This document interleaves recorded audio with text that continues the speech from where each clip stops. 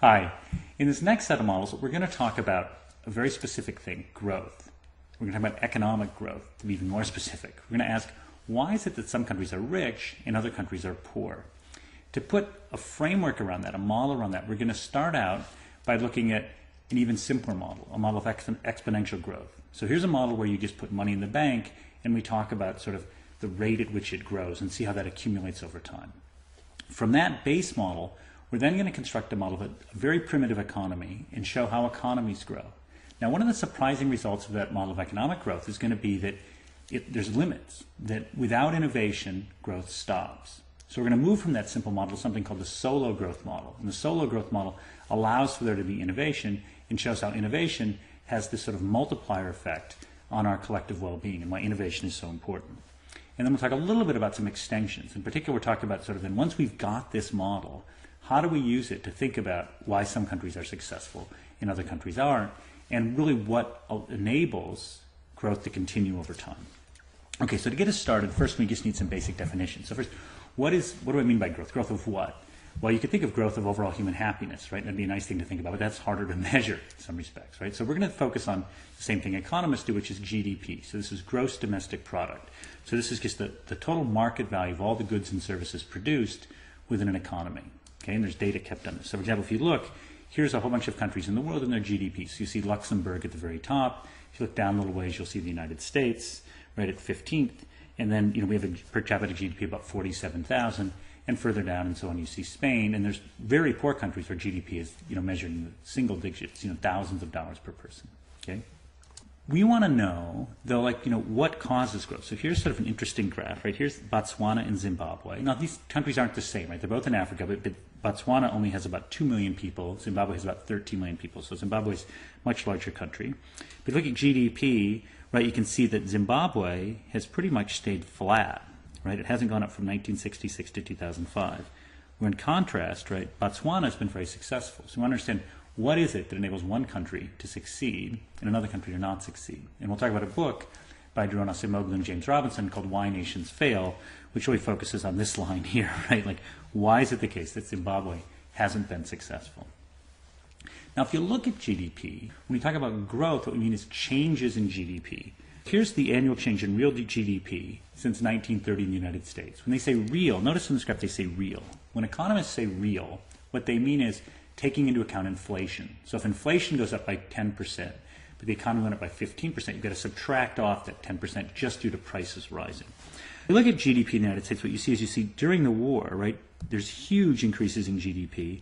And then we had this sort of nice post-war period where growth was fairly high. But you notice it stays fairly high. So, it averages around, 3 to 4% throughout this whole range, right? You see occasional dips, but basically you see fairly, steady, constant rates of growth.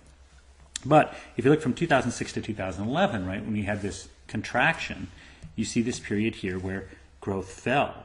We had massive decreases in growth. And those are, people really feel that, right, because they're much worse off.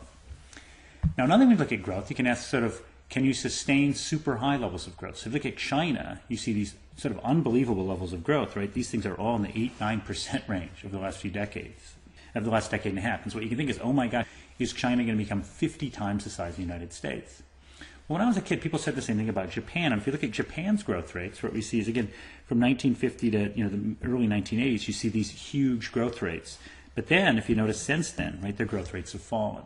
So one of the things this very simple model will do is explain why that's the case. Why can you sustain really high growth rates for a long time and then have them fall off once you sort of catch up to the other countries in the world? And this is why a lot of people, when you look at China, right, even though you see these high growth rates now, a lot of people expect those to fall in the future. We're going to start out by looking at exponential growth. And this is where you just put money in the bank and it just grows and grows and grows, up, up, up, up, up, like this, right? But when we look at economic growth, it tends not to look that way, right? Over time, growth tends to fall off. And that's because we put money into things like machinery and technologies, but those depreciate over time, and that prevents us from getting that upward sloping curve. And so economic growth is often going to sort of go the other way. It's going to start out fast and then tail off, sort of like it did in Japan, unless we can get some innovation, and that'll shift the whole curve up. I'll show you what I mean in a minute. One last thing, though, before we get started. When you think about growth, right, that's focusing on material things, material wants. And you can ask yourself, okay, does this really matter? Shouldn't we be more interested in whether people are happy? And we probably should be, right? It's probably more important that we're happy than we have a lot of stuff. Like we'd all trade stuff for happiness. So there's a question, like, does GDP, does higher growth make us happier? Well, that's actually a fairly complicated question. So here's a graph that shows GDP per capita, and then here's a measure of life satisfaction. So this is survey data on life satisfaction. So notice the problem here. GDP is what we can think of as really hard because we can measure it. Life satisfaction is sort of soft because you're surveying people. And so you ask me one day, I can say my life is great. You can ask me another day, and I might say, oh, my life isn't that great. So you've got to survey a lot of people. You've got to make sure you frame the question the right way. Still, with all those caveats, here's what you see. Does money make you happier? And I want to focus on two different parts of this graph. If you look in this region, the answer is no. As you go from 20,000 to 60,000, people just aren't that much happier. But if you look in this region, the answer is decidedly yes. Money does make you happier. Now, the reason for this may be just some basic services like healthcare, food, shelter, those sorts of things. So getting from 0 to 10,000, that's huge. Getting from 30,000 to 60,000, maybe that doesn't matter that much. So lifting people out of poverty clearly makes them happier. That's one reason to focus on GDP. Now, once you're making $100,000 a year, it may not make you any happier to make $120,000 a year. What we get is, does growth make you happier, at least according to survey data? Yes, if you're lifting poor people up. No, if you're making rich people richer. Okay, so that's the framework for what we're going to do. We're going to start out by talking about exponential growth, then we're going to move on to economic growth models, and we'll do three. We'll do a simple economic growth model, we'll do something called Solo's growth model, and then I'll talk just a tiny bit about something called endogenous growth models. All right, let's get started. Thank you.